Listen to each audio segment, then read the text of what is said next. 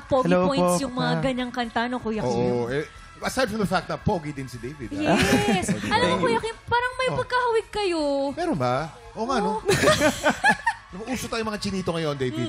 Pero alam mo si David daw ay isang bokalista sa isang banda. Anong banda to? Meron po kaming banda, all male po, 4 po kami lalaki. Ang name ng banda namin is The Overload. The Overload. Bakit naman Overload ang The pangalan? Overload. Yan. Actually, kaya nakuha namin yung Overload dahil sa putukan ng Pares. Parisan.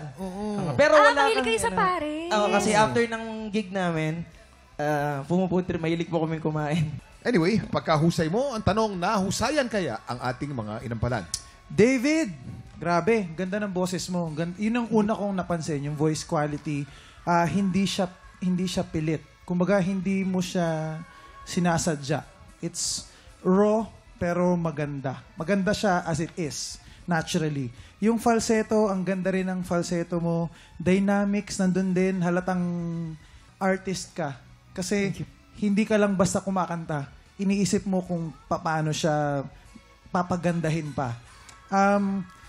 Napansin ko lang sa mga high notes, nafa-flat lang. Feeling ko kailangan mo lang aralin yung tawiran ng chest voice sa mixed register.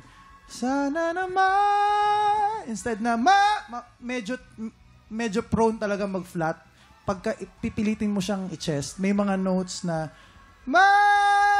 mabibitin ka. Pero kung imimix mo siya, sana naman, pwedeng ganun lang. Magaan lang siya. So, kailangan mong aralin yung tawiran. Kailangan mo munang hanapin yung range mo. Tapos, work your way up. I-connect mo siya sa head voice or mixed voice. Nagtataka kami ni Kuya Renz, ba't hindi mo ginawa yung mga adlib na falsetto? Yung paulit-ulit na sa dulo. Kasi ang ganda ng falsetto mo eh.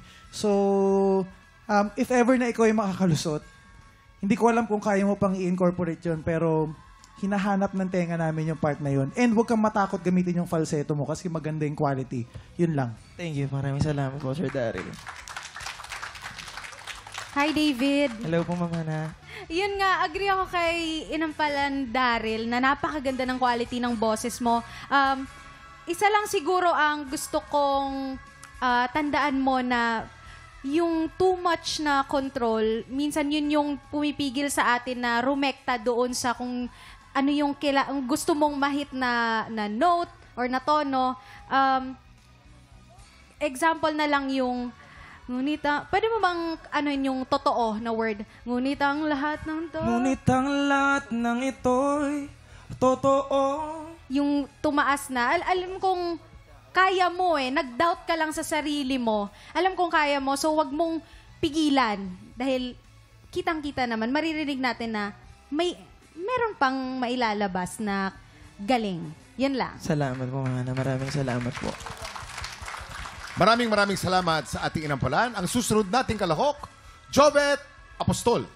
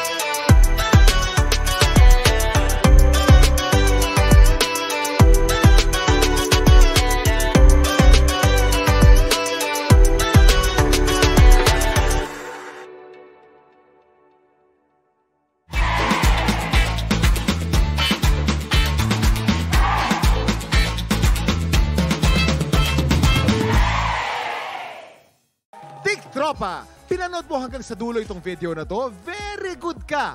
For more happy time, watch more TikTok Clock videos on our official social media pages and subscribe to GMA Network official YouTube channel.